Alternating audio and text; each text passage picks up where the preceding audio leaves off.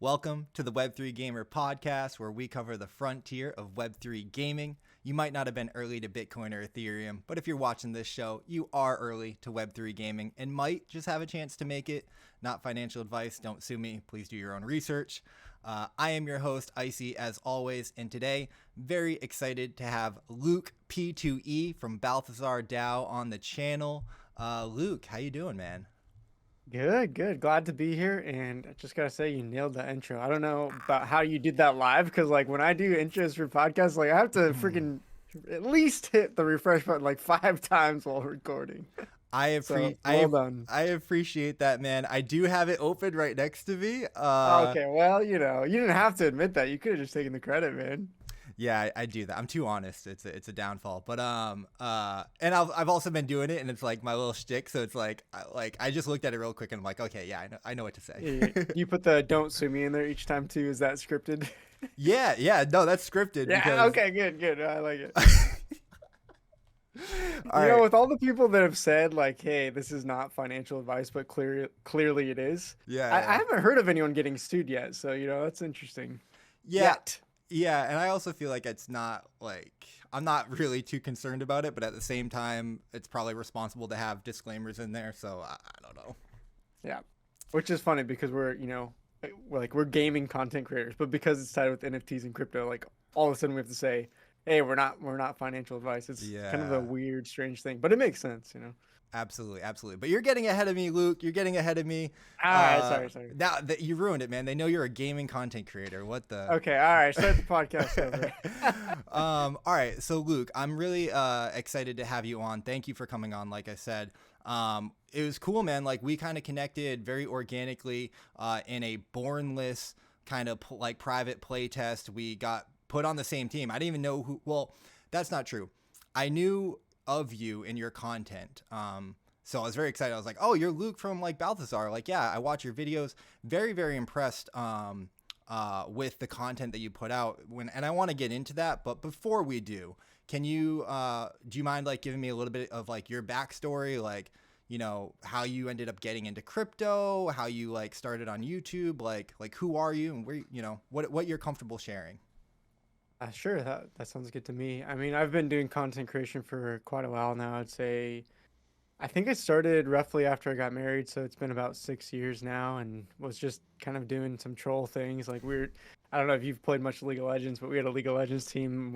It's one of those teams where everyone's on like a bronze or silver level, but somehow you think that you come together as a team and you'll be like in diamond or the best team. So we were taking it seriously for a second, and I was doing like little content pieces, recording our gameplays and like doing a little coaching just for fun, just kind of kicking things around. And cool. Through so that, you were playing League of Legends and creating content around there? Yeah, it was back when you could play as a team of 5 and do like team ladders, and so it was just like a little, not like content that was like meant for everyone. It was mostly just for our team to kind of review our play and in theory try to get better, even though we didn't get better at all. We just probably got worse. Yeah. But from there, it's kind of just sparked in me like, yeah, I actually really like making videos, so I did. Were you a competitive? Sorry to cut you off, but were you a competitive game? Like, obviously, I mean, you had a team. Like, you were trying to game or what? I wouldn't call it competitive. I would say it's just kind of friends Fun. getting together, and I hit gold, like mid gold, so probably like around average 50% player of league. Nothing crazy. Nothing spectacular, but from there, just kind of had a fun time making content. So Got it. After that was a Steam coverage. So I would like live stream Steam games and then basically make top 10 like list videos of like, here's some top 10 games that are coming out this April, stuff like that. Was kind of the first thing that really blew up to the public, I would say. Okay. So I'm hearing that you kind of had a content ambition. You were curious about content, you wanted to make some content, and you were experimenting and playing around with it, yeah? It's one of those things where it's like, you have that in the back of your mind, like, okay, I have a real job, right? But I like doing content, so if it did take off, like, how cool would that be, right? So it wasn't like I was necessarily trying to like hit home runs and go full time, but just like kind of in the back of my head, like, oh, that'd be cool, right? To do that. I feel like it's how a lot of people approach it, and I did as well. Yeah. I'd have to agree with that. Curious, do you mind sharing like what your real job or like what your your past job like was, or like what your career was, or like I'm always curious about, because Web3 gaming and is so nascent and everything. So it's like, how did everyone get here? Because it wasn't really a thing, two, It's 3 pretty years random, ago. unrelated. So I'll Yeah. give you one guess to see how close you can get. Oh, put me on the Take spot. a stab. I don't know. You look like an accountant to me. Oh my gosh. That was probably the worst insult you could give, man. It's respectful, man. You're clean cut. You're smart. You're well put together. You're organized. Okay. You have glasses. I mean, Yeah. Okay, so if I take the glasses off, does that change your answer? yeah. You look like a DJ now.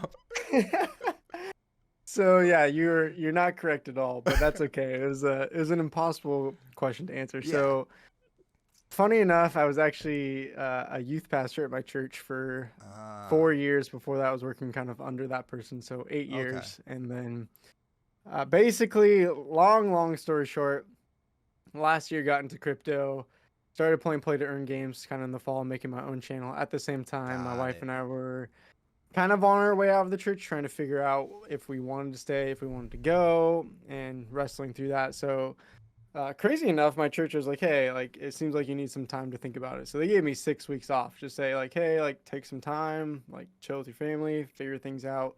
And during that time, even though I was supposed to be just like chilling, that's when I was making videos for these play to earn games, and took off with Splinterlands just because I made a beginner's guide. And from there, as I was leaving my job at the end of the year, that's when I tried to go full-time content creation, which lasted a little bit during that, bull run, and then everything kind of fell apart there. But cool. That's how it goes in this bear market. Yeah, very cool. So I want to dive into that. So that's the origin of Luke.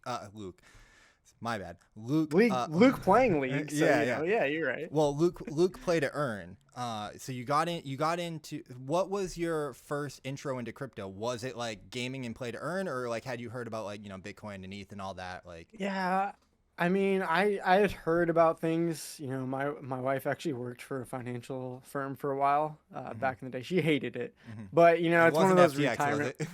No, Okay, it's not just have crypto to at ask. all. And so they Okay. actually hated crypto. That's what turned me off. They're like, don't Got ever it. touch Bitcoin. Don't blow. Like, they're just throwing that message out there. And finally, my dad was the one that actually introduced me to it, because he just loves following the news trends in business and in finance. So he was telling me like, hey, it's not just this like magic made up money. Like, there's actually technology behind it. There's some products that are integrating it. So when he's telling me about the technology, I was like, oh, okay, I can understand this is more than just like, fake online money is how everyone kind of thinks of it.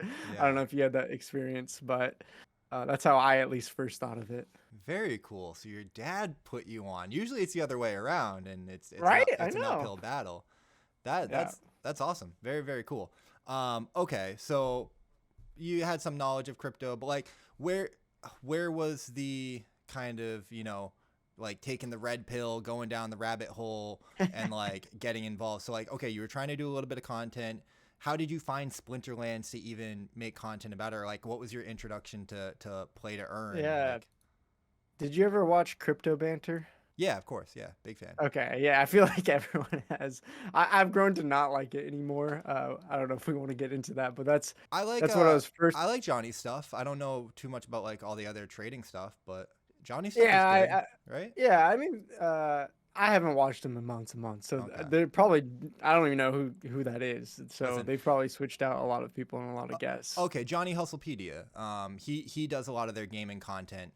And okay, that's right. Yeah. And he's super solid as far as I know. I'm a fan, so no slander on this Okay, podcast. all right. I'm just saying personally, I haven't watched them in a while. That's fair. There's a lot of channels. But it was he wasn't even there yet when I was watching. It was Got just it. Ran and Sheldon just Got talking about crypto. And so they made a list of like, hey, what are the trends coming for this year? One of them was gaming.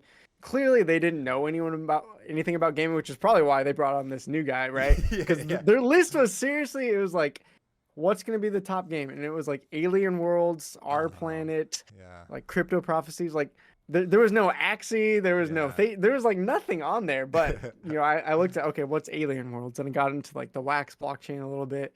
Wouldn't really call that a game, I guess it's an idle game, but it was mostly just click to get my tokens. And so I was like, I want a little bit more than that, right? And so started watching Crypto Stash, which I know you've had on the Hey, podcast as shout well. out to And Stash. that's where I found about Splinterland. So Okay. he's the one that brought me in. That's super cool. I love that. Yeah. Okay, cool. I've been trying to get like people's origin stories, and that's the one that I understand the most of like, okay, that makes sense. Which is like the most honest one. It's like, dude, I was watching YouTube and saw some shit. It was like, oh, let me look into this. Right. Okay, I love that. I love that. But as far as like, crypto cycles, you're a newbie. This is your first cycle. You're what? You're a year into, your crypto journey. It's coming up on 2 years in about Okay. 3 or 4 months, Okay. just from like the initial like dipping my toes into it. So let's go back. So you had been doing a little bit of content. You found crypto. Like, what made you make a Splinterlands video, or what made you make your first, crypto game video? Like, you're just like, oh, this Yeah. is new and this could be content, and like, let me jump in. Yeah, so I was doing so I told you about the Steam stuff. After that, my Mm-hmm. friend and I were doing Splatoon 2 coverage and pretty much set up our own esports league. And basically as I grew that, it was pretty cool. Like we had 40 teams at once, multiple divisions trying Mm-hmm. to kind of grow a little indie esports scene. But Mm-hmm. what I realized is just like, man, this is taking way too much of my time to call it a hobby. So like Yeah. I can't like continue to justify how much work I'm putting into this. So we kind Yeah. of let it die and fizzle out. Okay. And when I started getting into play to earn games, I'm like, okay, like, I don't need to spend, 10 hours a week setting up teams and all this stuff. I can just throw out a couple videos. So just made some different ones. I think I had a Lost Relic one. Um, I can't remember all else I did, but eventually I was in Splinterlands and I did, some videos, watched a little bit of Bulldog just to get an understanding of the game, but I couldn't really find a great beginner guide for it. Mm-hmm. And if you ever played it, it's a freaking confusing game. Like it's not necessarily simple. So Mm-hmm. literally my beginner's guide was a 2-part video, each a half hour, just Ooh. to explain the game. And that thing really took off because I don't think there was really much else out there Uh-huh. for newer players to figure out. And as that game kind of took off with the bull run, subs went up and I was like, oh man, like I'm hitting 1,000 subs and 5,000 subs, and all of a sudden you start thinking like I'm gonna be at like 100K soon, like going full time, right? Which obviously didn't last long, but Yeah. What time in the market was it? Like, what time of the year was this? What month was this? Like, would yeah. you say? So it was end of August is probably when I started playing. Beginning of September, I think was the beginner's guide that really took off. This So is 2021. uh yeah, so this is last year, Okay. 2021. Okay. So is very much in the bull run, like Yeah. cards were super expensive. So I was kind of given the player angle of like, hey, you don't have to be this like rich crypto bro. Like, Mm-hmm. let me show you how to rent some cards. Because literally, like one card for a summoner was like $60. Like it Mm-hmm. was kind of wild how much money you would need to really compete. So I was like, you know Mm-hmm. what? I'm not gonna approach it that way. I'm gonna approach it like a gamer. Put $50 to $100 a month into video games. I'm just gonna use that budget instead of putting it into PlayStation. Let's Mm-hmm. just put it into NFT games. If it goes to zero, whatever. Mm-hmm. But I'm not gonna be, buying these $10,000 NFTs like some of these other content creators were. So that's kind of what I was trying to get my niche, and Mm-hmm. that's why I was calling our community the krills. Like, not the whales, not the minnows, like the smallest little shrimp krills is what we are. I respect it. Hey, man, we all got to start somewhere, and I respect that. Okay. Did you ride like the Axie Infinity wave? Like, did you make content around that? Because a lot of people had a lot of growth and success making Axie content. Like, what was then the progression No, yeah. of your content? Yeah, I actually didn't touch Axie at all. I don't know if Mm-hmm. you played Axie, but I No. felt like I was kind of too late, and that's why I moved to Splinterlands. Okay. Because it was like either I take a scholarship in Axie, Mm-hmm. which was meh, I didn't really want to do that, or I, dump $1,000 to get like the lowest level team. So I don't Yeah. know if you played at all, but that was my No. experience. I was like, I'm too late. Okay. Okay. So then let me ask you, how was like the play to earn journey for you? And this would be interesting because I went through a similar path with ice poker, finding it and being like, oh, this is really cool. This makes sense, and going down that rabbit hole. Like how was it with either your like investment, but also making content? Like, was it profitable for a while and you're like, this is going to be great. I'm going to, like you said, 100,000, we're going to make money. Like you start doing the math, like of like, if this goes well for the next year, like, oh, I'm going to make all this money. Exactly. And then the bottom fell out, or like, what was your journey from September, 2021? That's such a good question. I think there's a multiple part answer to that. One of them is with the market trending down, a lot of people lost interest in play to earn. Just in general, right? So back in September, even till like almost through December, you could on Splinterland's video not even try that hard, just throw out some like clickbaity title and you'd get 5K views, easily. And then a couple months later, I was full time and like spending a good chunk to try to make this quality video, and I was like struggling to get 1,000 views on it. So it's interesting to see just how quickly that changed. So one, I think it's just the market. Two, I look back and it was just like part of me realized that there was mistakes that I made as a content creator. Or I would also just say that I think I've realized I don't necessarily have this dream anymore to be a full-time content creator on my own, which is why I'm happy to be paid at Balthazar and work with them. As a content creator, often people look at that, and this is what I tell kids all the time who are like, I want to be a content creator. Like, it wouldn't be so fun to be on YouTube. It's like, yes and no. Like, it's so much more than just posting a video, right? Like, you got to get, the 4 different social media platforms as well. You got to think about how do you actually get sponsorships, because ad revenue on YouTube isn't enough to like really carry you full time unless you're massive, right? How do you set up like channel memberships or Twitch subscriptions and and really make it that interesting? And so I think I didn't engage with the business aspect of that as much as I did just streaming and making videos. So I think that's part of what made it difficult to make like a full-time sustainable salary as well. Sure. So what was the journey? And that makes sense, right? People see the YouTube videos and they, all they see is the video and they're like, I want to do that. That looks so cool. Until you get some like real world experience, or try it and understand what it takes, everything that it takes behind the scenes to produce something, to create something. And oftentimes in the beginning for no money, right? Exactly. And then understand like, okay, can I actually do this? You got to do it because you enjoy it, because you love it, irregardless of potential money from it. But you said like, because you were full time. So did you? What was the path to like your content was kind of doing well? You saw a path. Did you like? I mean, you said kind of you were transitioning from the youth pastor stuff and trying to look for something. So was it the case that like kind of transitioned out of that and this thing was going well, so you're like, all right, I'm gonna go full time on this?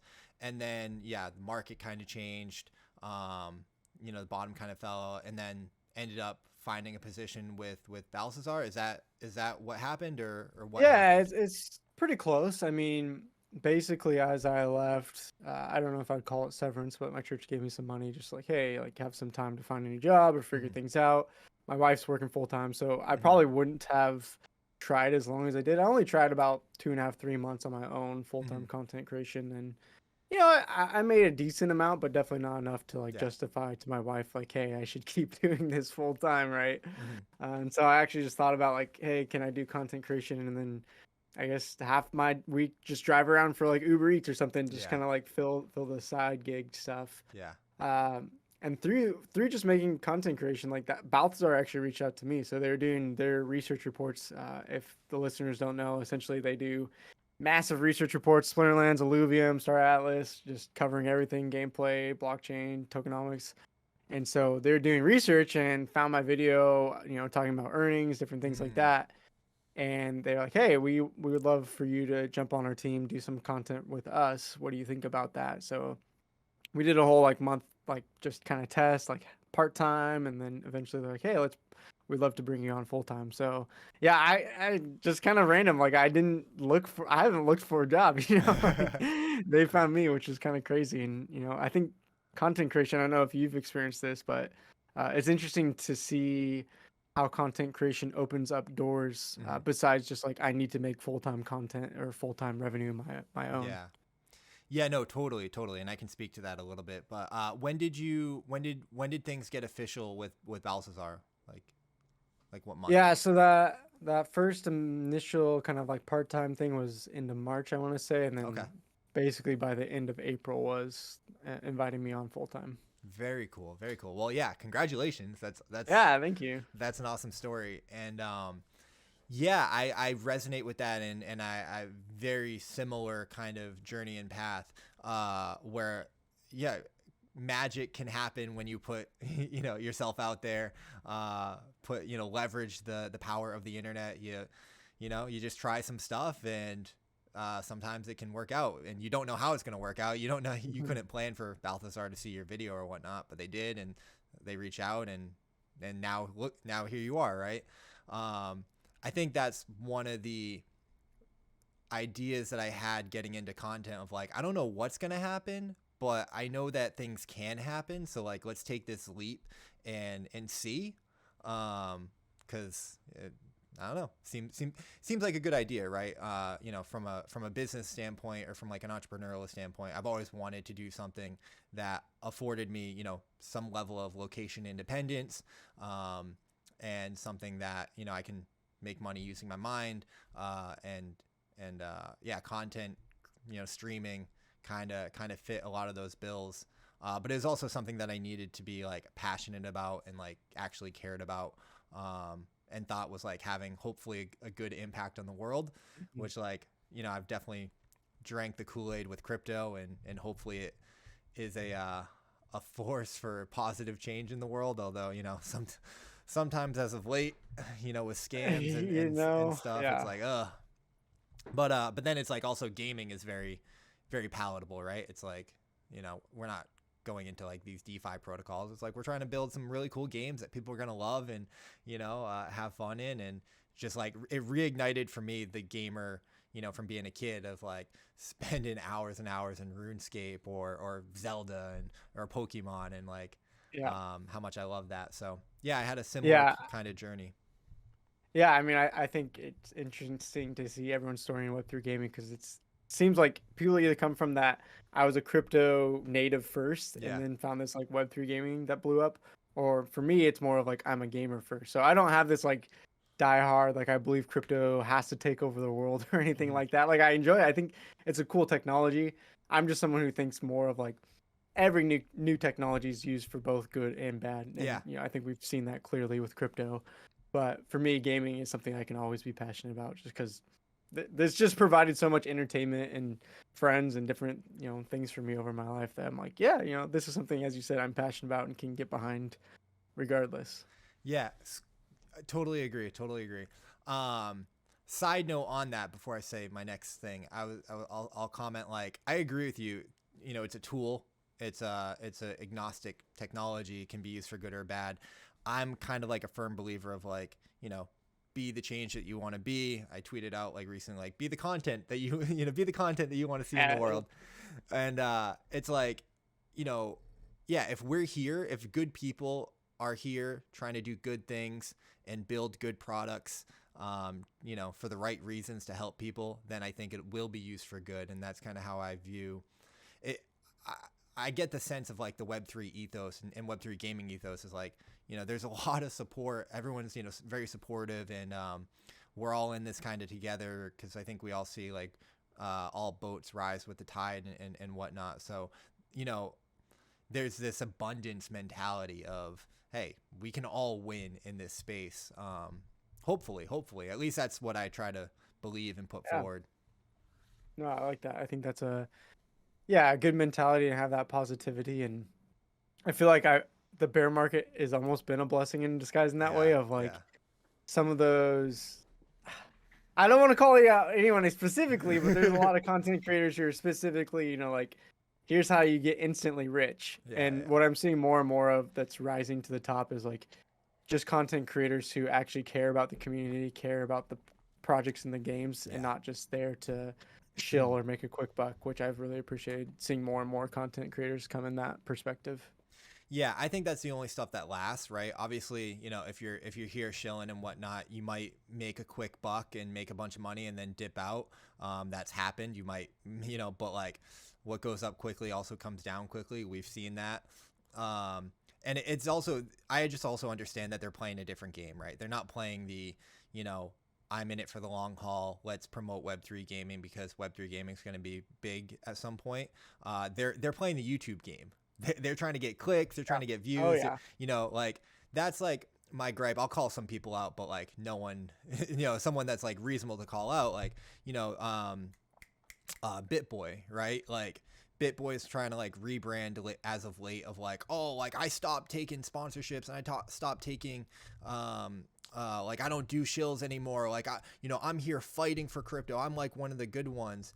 And, you know, listen, full disclaimer, I don't know BitBoy. I don't like watch too much of his content, but like I get the sense that the pass that I will give him is that I get the sense that he's just a YouTuber. Like he wakes up every day and it's like, how do I make YouTube content? Like, or at least for a certain phase of his YouTube journey was like, you know, the YouTube views, clicks, like content, like pumping it out, grinding. I don't think that he was so much caring about what he was reporting on or sharing or talking about. Obviously he was getting paid a lot of money just to talk about dog shit tokens, but like I never took it serious because he's not playing the crypto game. He's not playing he's not even playing, you know, in my mind, I think the way that you think about content creation and the way that I think about content of like, we're trying to put out helpful content that can grow, educate, inform, that's real, has substance. And if, you know, 5 people watch it or 100 people watch it or 10,000 people watch it, like it's content that we're proud of, that we can like, you know, stand by, versus him just like every day going for the quick hit. And it's such a tricky game to play too, because from the outside looking in, people just roast YouTubers all the time. Yeah. And, you know, maybe rightfully so for some of them. But when you're actually in the game and you realize just how hard it is, especially if you do go full time and you realize, oh, my income is now tied to how much, you know, ad revenue and views and clicks and, you know, subscriptions I'm getting. Yeah. And, you know, like there is this kind of like towing the line of people like, oh, you're just doing clickbait titles and thumbnails. And it's like, yes, but guess what? If I don't, like, no one clicks on it. So like, I do need a catchy title, and sorry if I'm trying to make this catchy and you think this is clickbait. Like, I'm just like, I need to do this to survive and grow, right? So I don't know. It's such a tricky balance, and I have a lot more, I guess, appreciation for those types of struggles being a content creator. I'll agree with that, right? I agree. I think there's like a fine line and a balance. This is like, you know, YouTube, like the business of YouTube nerding out, which I love. I love nerding out. I'm a nerd. But like you know, I kind of stand by like the, you know, if you're doing it because, listen, that's the name of the game, but like the core substance of your content is, you know, for the right reasons and is good content, and, you know, that's the game that you're playing, then I have no problem with that. Like, yeah, like do your thing. One of my, you know, I like Meet Kevin on YouTube.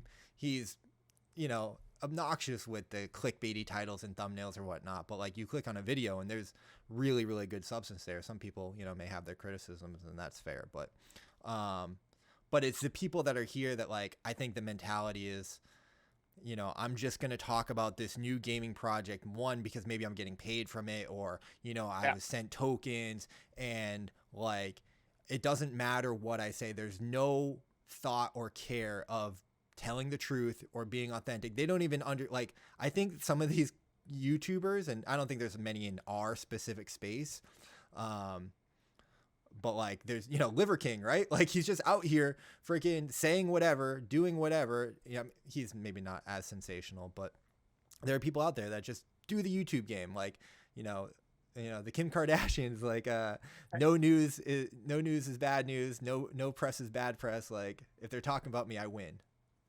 Yeah. And to clarify, like, I think especially in the crypto space, like, there are definitely some shady practices, and that's not what I'm talking about. Like, if you're there, like, just making a video so you can dump your token, or because you're getting free NFTs and you don't actually, you know, believe in the game, you just want the NFTs and dump those on the market. Like, of course, there's a lot of that going on, and I hope to see less and less of that going on. Yeah.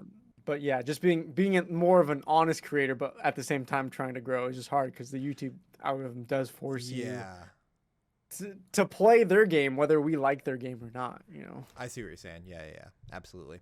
Let me ask you, Luke, 2 questions, and kind of going back to your journey with Balthazar now. How's it been for you? Like looking back on, April, May, so like 7 to 8 months, 9 months, like how you feeling about crypto Web3 gaming? How you feeling about, the past year, the past space, your real career of being a content creator and, in Web3 gaming? How's it been? Yeah, I feel like this month has been really good just in terms of Balthazar Mm-hmm. because if you don't know the history of Balthazar, they started as a gaming guild, kind of like a YGG and the explosion of things, and have pivoted away to a Web3 gaming platform. So Mm-hmm. helping out Web3 games with research content and then our SDK wallet solution so that Web2 gamers can get in easily. But I feel like it's been not a tough year, but just kind of I don't know, I guess strained in the sense of like we're trying to figure out who we are and what we want to do. And so there's been Mm-hmm. different iterations of what we're trying to do to promote. And I feel like we finally landed on like, hey, this is who we want to be. This is how we want to help out Web3 gaming. Yeah. So that in that way, it's like nice to have this now. Like, okay, we have a firm direction. We know where we're going. We know the community we want to build. We know the Web3 games and how we want to help them. Let's go do it.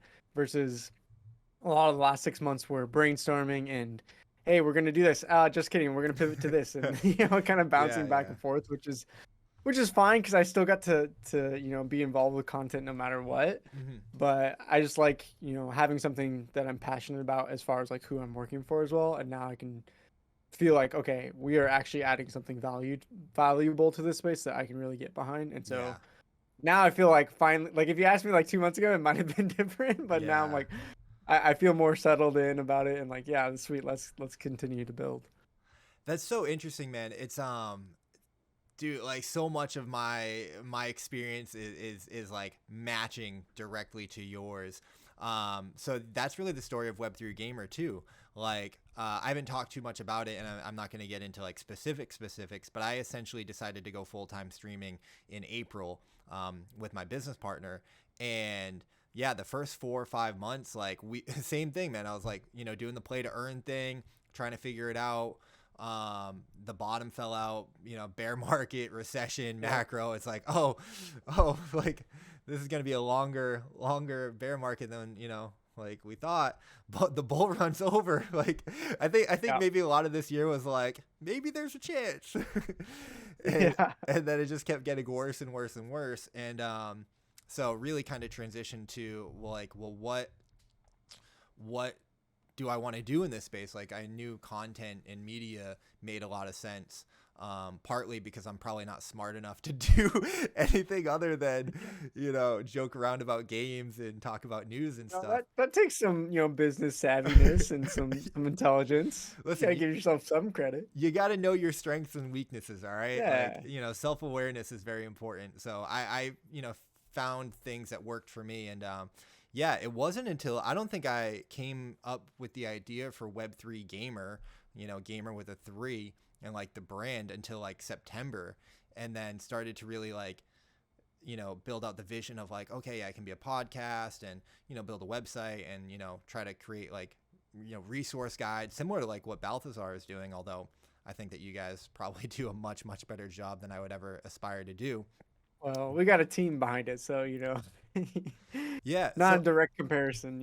yeah, but so like I just resonate very much with like, 2 3 months ago it was like I don't really like what are we doing like, and now it's like okay, I've got Web3 Gamer, I've got these shows that I do, Yeah. and it's like okay, there's a path here. I got my first like brand ambassador stream like partnership, so like there's I can see a light at the end of the tunnel, or like the pictures like going from like super fuzzy to like a little bit less fuzzy, and I can kind of see.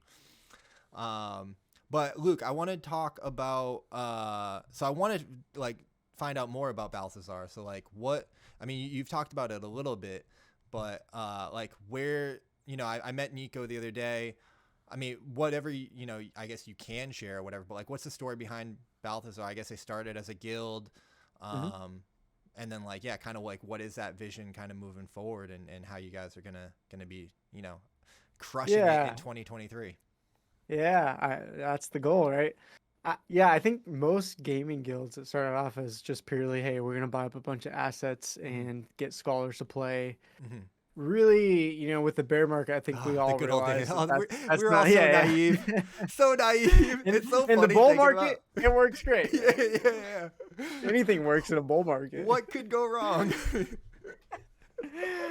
Yeah, yeah. I had a funny idea in the bull market. I was like, you know what? I'll just make my own game. I'll throw out some dumb name like Bitcoin Buddies, and then people will just buy NFTs even though I don't have gameplay. I'll be rich, right? Like, Easy game. oh man, but yeah, I mean, once the bull market's over, I think everyone realizes, okay, there's things that were just viable because it was a bull market, and I think gaming guilds, at least in the terms of how they were set up, is one of those things, and so. We pivoted, a lot of other people pivoted as well. So we've really just spent the year talking to games and saying, hey, like, what is it you guys are struggling with? What, like, as a Web3 game platform, like, how can we support you? What can we build? What are some, like, just really trying to understand the struggles of a game developer in Web3.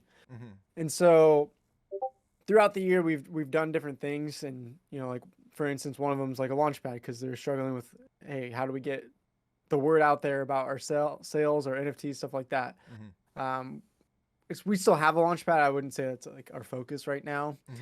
More so, I would say what we've really landed on of like, how do we help this industry is the key thing for us is how do we onboard Web2 gamers into Web3? Yeah. And so there's a few ways we're really honing in on doing that. One is those research reports and content pieces because we want to make this space safer. I think biggest accusation I hear all the time is, oh, those NFT games are all scams. They're like rug pulls, and people are just losing money left and right or getting hacked. You know the stories. And so, as much as we can just bring more transparency through our research reports, and also our goal with that is to call games to a higher standard of like, hey, like, not like be afraid of us that we'll do a report on you, but like hopefully like we're showing you the things that we're looking for and people are looking for. No, I love that. I love that we as creators, as a community, as people need to hold people accountable, right? I mean, I think that's just like the ethos of crypto as well. Like we see that with, I hate to keep bringing up, FTX and Sam Bankman-Fried, but like, no one was holding them accountable, and and they were a centralized exchange, so they were able to not have a lot public and verifiable, but like while it was like terrible for the space, it does, I think, really reaffirm, at least for me, the lesson is like, don't freaking trust, verify. And exactly, and there's a responsibility on the community to question, to look in, to do the research, to do the due diligence, and then hold these projects, these games. If you're going to be launching a token, if you're going to be launching NFTs, you're going to be selling something to people, then you're damn right we're going to like look up under the rug and do the proper analysis, and we'll call you out. So I think anyone that can just help us make this space more transparent and give some good opinions about what is a solid project, not financial advice, but just like, hey, they have, a solid team, they have good plans moving ahead. And so those types of things really help the space go a long way, in our opinion. And then the second thing is really just with our SDK wallet, just getting games to have easy ways to onboard Web2 gamers. I don't know. Have you tried to bring in friends into Web3 gaming at all that don't know anything about crypto? Luke, I'm myself trying to get on these games, man. Okay, exactly, right? Like it's hard enough as me. It's like totally, 100%. Like I still stress every time, like I gotta like think of my new seed phrase and how to store it, or making a large transaction. Like even though I've done it a ton of times now, I'm like, oh, should I hit click and confirm? I don't know. And so I don't know if you've seen our SDK demo or if your audience has, but they can go check it out on our channel. But it's pretty cool because essentially you log into a game, anyone that's using this SDK for their game, you log in, username, password, and it creates a wallet in the background for you. So they don't even have to know necessarily initially. They can just play the game, don't even have to think about it. As you pick up gold in the in-game, we show a little demo, like that shows up on the BCS scanner. So like as you pick up in-game gold, it's automatically in the wallet that was created in the background for you. So if you just want to play the game and ignore Web3, like go for it. But if you want to go then claim your tokens, claim your assets, guess what? It's been on the blockchain this whole time. So now you can go do so. So we're hoping that games can really implement that, because I think, for me, I see it like I'm not like this developer that cares about like SDKs and stuff, right? Like that's not my passion. I don't know Yeah. anything about developing. Yeah. But when I see that and I, can show the demo off, I'm like, oh, this is really cool. I can see my Yeah. Yeah. friends now jumping into these games because they don't have to worry about all this crazy crypto jargon that they have no idea about, at least as of right now. Yeah. Right.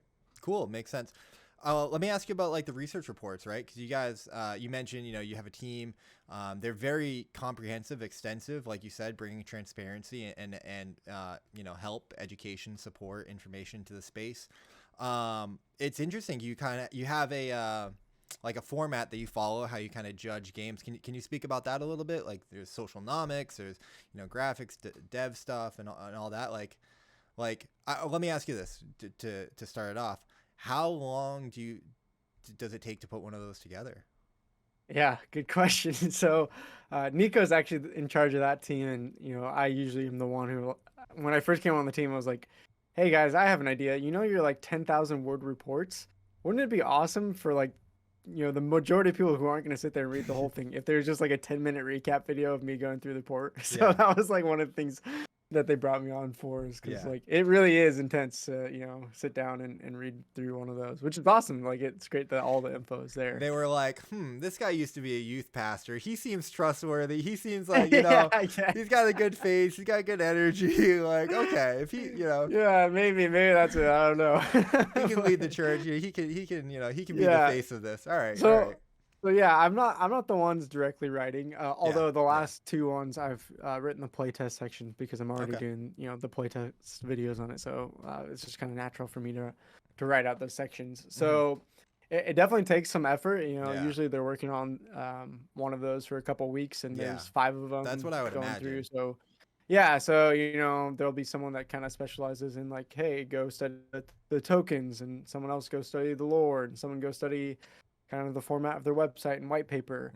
And then we kind of, cross-check our work and help each other edit through those things and think through like, okay, did we say that right? What do we think about this? And then eventually everyone comes to a place where we got the report, everyone scores the different 7 sections individually, and then, kind of average those out so that, everyone gets their different opinions in, because, we all might think of tokenomics a little bit differently, or some of us might have a bias towards a certain game genre that they love. So the idea is, the more votes that we can get in there, hopefully will average out the score to somewhere where it should be, or at least close. Right.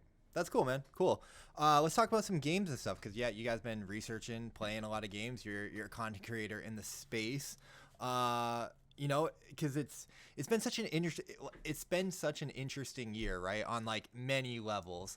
But yeah, Web3 gaming, what we see in the space now is not what we saw in the space, 8-9 months ago when we were looking at it. So, what are some of the games that you're most excited for, or like what are some of your favorite games right now? What is some research reports that you've done that you're like, yeah, this game is freaking sick, and we're hyped? Yeah, good question. I mean, before I give you a list, maybe I'm curious to hear your thoughts about 2022, because I feel like we all, like, so many creators and stuff went in 2022 and like, this is the year for NFT gaming. There's gonna be so many games to play. And I feel like a year later, I'm still sitting on so many games waiting for like even just their alpha or beta to come out. I don't know if you felt that same way. So I've said this before, but I kind of got lucky in a way that like I missed the whole gaming bull run for crypto. I was in DeFi. I've been in crypto since 2017. Drank the Kool-Aid, came back for like DeFi summer, rode that whole fun roller coaster. And really, I ended up finding ice poker back in like December and January, and that was the first time that NFTs made sense. Well, NFT utility like really clicked for me, where it's like, oh, you need this NFT to be able to play this poker game. That's interesting. More than the JPEG. Yeah. It's more than just a profile picture. It's also a wearable within Decentraland. I was really impressed with like, some people like, look down on Decentraland or graphics and whatnot. Like I jumped in and I was like, oh wow, there's people here, there's poker tables, the cards come up. Like I was really impressed. I was like, it was impressive. So I kind of like found Web3 gaming as a reprieve from like the impending crash and like, bear market that was beginning in crypto, and also just the recession. Like, cause like the first 4 months of the year for us in ice poker was great. Like we were having our own like little bull run while Bitcoin and Ethereum were crashing. So I was just like playing poker and hanging out. And then, yeah, obviously we caught up to everything. So am I going in and out? Can you hear me? Yeah, I can hear you. Okay. I think the stream audio is just like a little lagging, but weird. So yeah, so then I can show you. I kind of had to. Oh, go ahead. Well, I'll just answer your original question. Sorry for cutting you off, but yeah, I kind of had to catch up in terms of like Web3 games that are being worked on and promised and stuff. So I was late to the game, but I think building in the bear and missing some of the bull market, like I never had the 5,000 views, Luke, so I don't miss them. Yeah, no, I mean, that's interesting perspective. I think it's a good point of like the people that have come into the Web3 game in the last few months probably don't have this like disappointment of like, why is this game not still out yet? Because I've been hearing about a game a year and a half and thinking like, oh, it's going to be here soon. It's going to be here soon. And it's like, oh, guess what? It's now pushed back to 2023 sometime this year. Yeah, I've just been chilling. I'm like, oh, that sounds cool. Illuvium, great. Yeah. No, Illuvium's definitely one on my list. I'm excited. The Overworld's coming out next week, the beta. So should be trying that out. That's gonna be pretty fun and exciting. I think, I kind of have a recency bias probably of games that I've play tested the most. Yeah. So I would say kind of on my list. I'm still playing Splinterlands, not as heavily involved in that as I used to be. But the games I've been playing the most are probably is Illuvium. Been playing big time. We'll have a report out on that this week. And then STG Football. I don't know if you've checked out that game, but that one's a fun one. It does take a little bit of time to find a match. Like, it definitely needs some more players going in it, but I've been having fun with that one as well. Very cool. Very cool. What kind of gamer are you? Because some of those games are like strategy, right? Like if you said like Splinterlands and like the Auto Battler for Illuvium, like are you, and League of Legends, very much like kind of, that ethereal strategy type of game versus like an FPS shooter. Like, is that the case, would you say, or? Yeah, I feel like I'm a weird gamer where I can just enjoy anything that's a game. Like, cool. There's very few, like if it's an actual good game, despite the category, like maybe the only category I'm not a huge fan of is like idle clickers, which we kind of mentioned before. Like to me, it's just not enough to keep me entertained. But like I'll go from an FPS to an RTS to an MMO, MOBA, like whatever it is. I think two of my I guess smaller picks would be that I've played tested recently is Koakuma and Mythic Protocol, and so that's Koakuma is more of a ARPG and Mythic Protocol is a roguelite. So I like me some good roguelites. I've played a few of those growing up. But yeah, I mean, I feel like I can enjoy anything. I'm not like an expert in any game. Like I don't climb to the top of the leaderboard because usually I'll just move on to a different game before I do. Let me ask you, Luke, what if any like bullish theory or thesis do you have for Web3 gaming? Are you, one of the people that are you one of the people? Well, no, not like for how we make it, but like, why are you here? Right? Like, are you passionate about the space of like, digital? Because we talked about it a little bit. Like, you're not so much of the crypto guy. You're kind of more on the gaming side. So like, what? Let me phrase it this way, rather. What appeals to you in Web3 gaming that gets you excited about being in the space and working and creating in the space? Is it the digital asset ownership and what blockchain technology enables, or is it kind of being in this new space where these new games are going to be developed and kind of being a part of that and watching them and reporting on them and contributing to a new emerging industry, or is it something else? Yeah, good. Yeah, no, I'm glad you rephrased it because I thought you were going to say bullish of like, why are we all going to be rich? And I'm like, I don't know if we're all going to be rich, man. I don't know. Those times might be over. We'll see. I don't know. I'm not giving up, but I don't have a lot of confidence right now in the midst of this market. Then I definitely want to hear about that too. So we'll we can talk about that after. Sure. So Yeah, I mean, asset ownership is really interesting to me. You know, everyone talks about it, so I won't go too much into it. But you know, you Sure. think about like, okay, I played League for 10 years. I probably spent $500 in different skins and things here and there. And like, Hmm. to me, it's not even about getting rich. It's like, cool. Like, I don't play that game anymore. Wouldn't it be nice to like at least resell some of that for like $200 and put it into like a different game or something? Like, Yeah. wouldn't that be a great benefit, right? Of having Yeah. it as an NFT. Yeah. So that's one thing, and I think yeah, the other thing you mentioned of new tech, and it's really cool. I feel like the blockchain gives opportunities for games to kind of branch out into different areas that Hmm. we haven't seen before. Like Hmm. I think Illuvium's kind of a cool example of that, where they're using the NFTs to now, hey, we have an ecosystem of 3 different game genres, but they all play into each one another, Right. which is hard to do when you're like, hey, I have my Xbox disc, right? Like Yeah. I'm sure it could be done in some creative ways, but not in the ways I think blockchain allows us to do so. Hmm. And then lastly, I would just say it's been really cool. I think one of the special things about Web3 gaming is that the games really do care about their community and Mm. listen. Like it's I know it's infuriating, as I said earlier, to like impatiently wait for these games that we're hyped about. But it's also cool to be like, hey, like they're allowing me in to play test their game and they're getting Yeah. my feedback and they're, you Yeah. know, sometimes even rewarding the community for Yeah. that with giveaways or tokens and stuff like that. So it's kind of a cool way to get into the games, the ground floor, Yeah. and really feel like, hey, I'm actually contributing to this game as it's being built. I think maybe you can find that in Web 2. I'm sure there's cases of like early access Steam games and stuff like that, but I feel like it's way more in Web 3. Yeah. I love that, man. That's a great answer. Now tell me why we're all gonna be poor. I didn't say that. I Okay. didn't say that necessarily. I would just say my perspective has changed. Yeah. And so, you know, you were joking earlier before we even started this thing, like play to earn, like your name's Luke Play to Earn still. Yeah. I'm like, yeah, I kind of want to get away from that, but like that's just kind of what I've known because that's what the term was when we started, right? Right. Right. Right. And I just don't love that term anymore. So I'm Yeah. thinking That's like, ah, another do way I I got want to do luck. a rebrand? I don't know. Another way I got lucky. I Like, think you do need to listen. It's catchy, right? And I, I think that your content stands on its own. So like, I don't associate you with trying to like being a like a P2E, yeah, whatever yeah, shiller or whatever. Or like, the negative connotation that it's now kind of derised. I don't know. I don't associate with you. But yeah, I think it's time for a rebrand. yeah.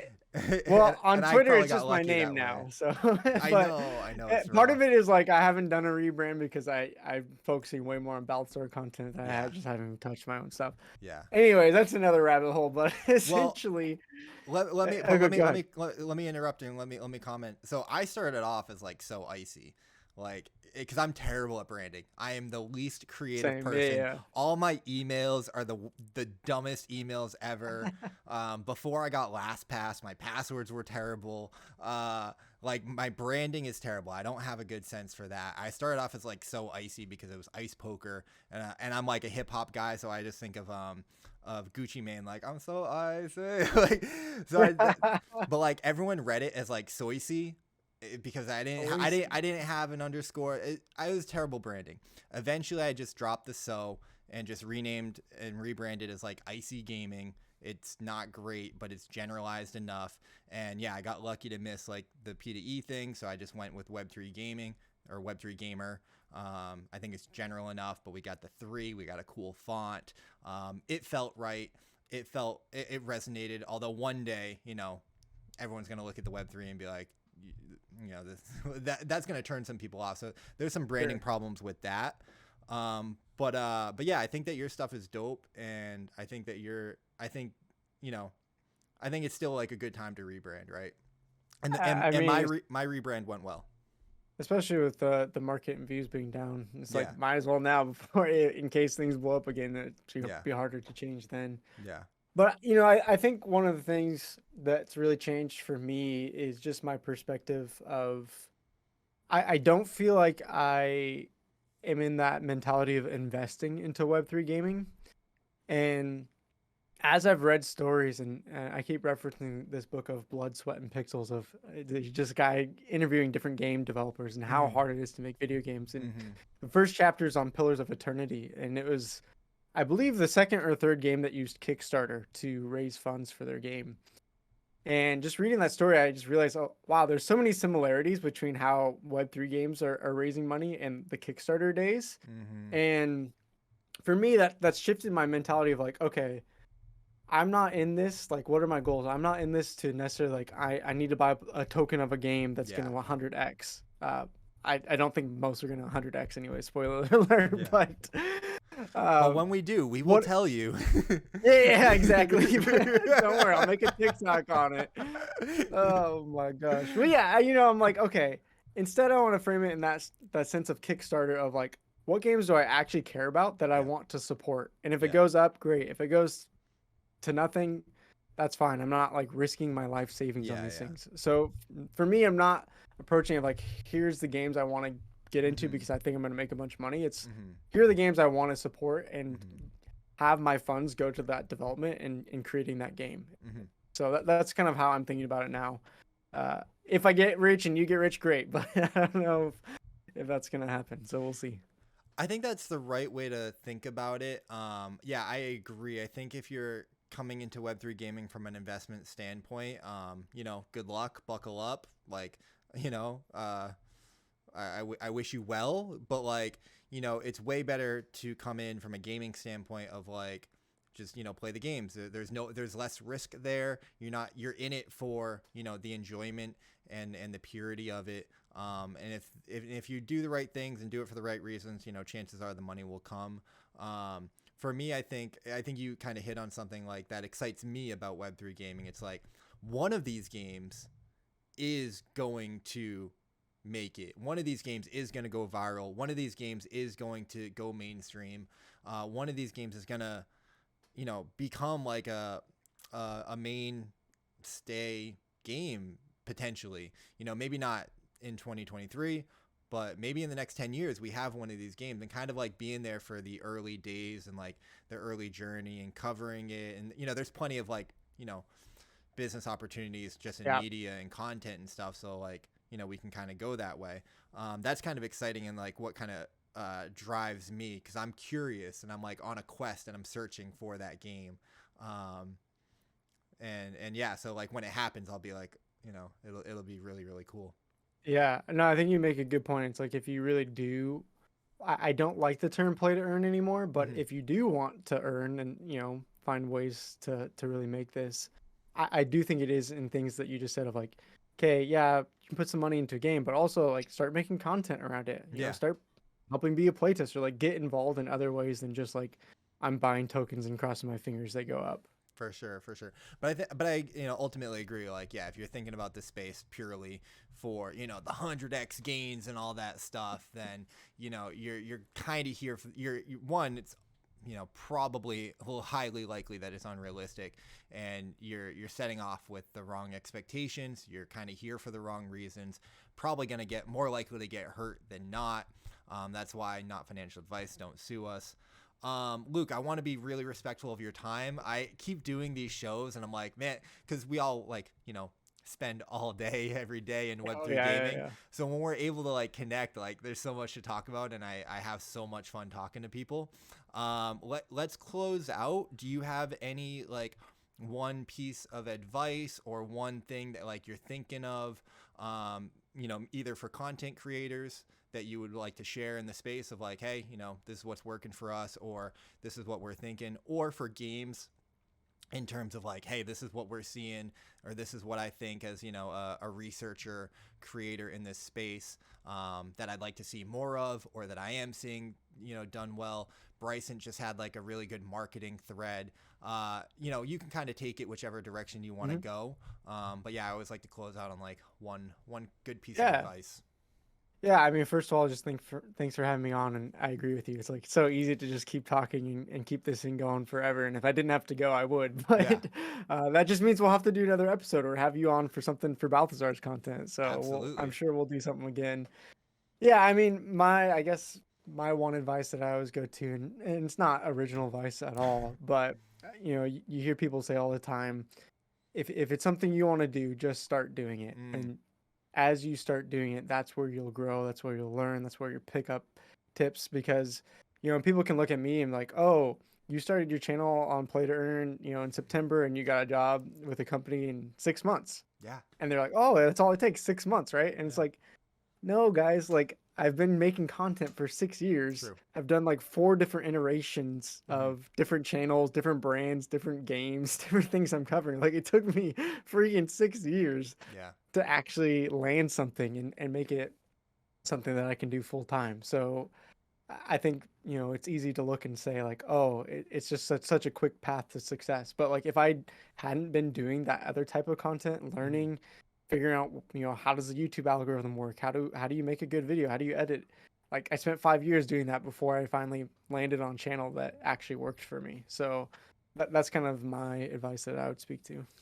I love that, man. I've said very similar things, and I believe it as well. I feel like there's a great Jay-Z line where he's like, it took me 26 years to find my path, and my only job is cut the time in half. He had, his daughter or whatever, but like, I struggled through like my professional career to, find what I was good at, what I could get paid for, what like helped others, and what I could like sustainably do, every day, waking up excited, where, I felt like I had, ownership or just like, made me happy intrinsically.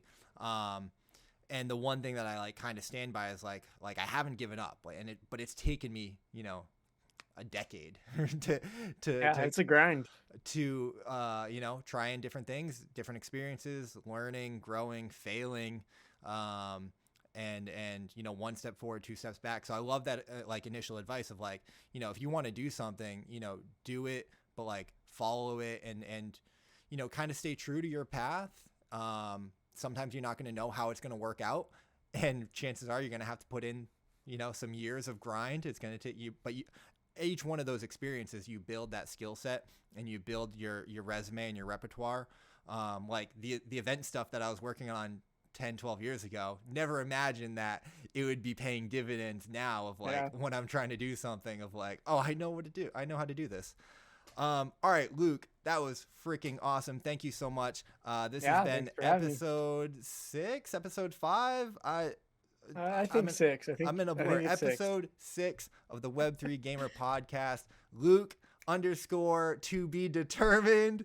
Yeah, there we go. Balthazar DAO. Thank you so much, man. And we'll definitely do something again in the future. Sounds good. Take care, IC. Thanks everyone for tuning in.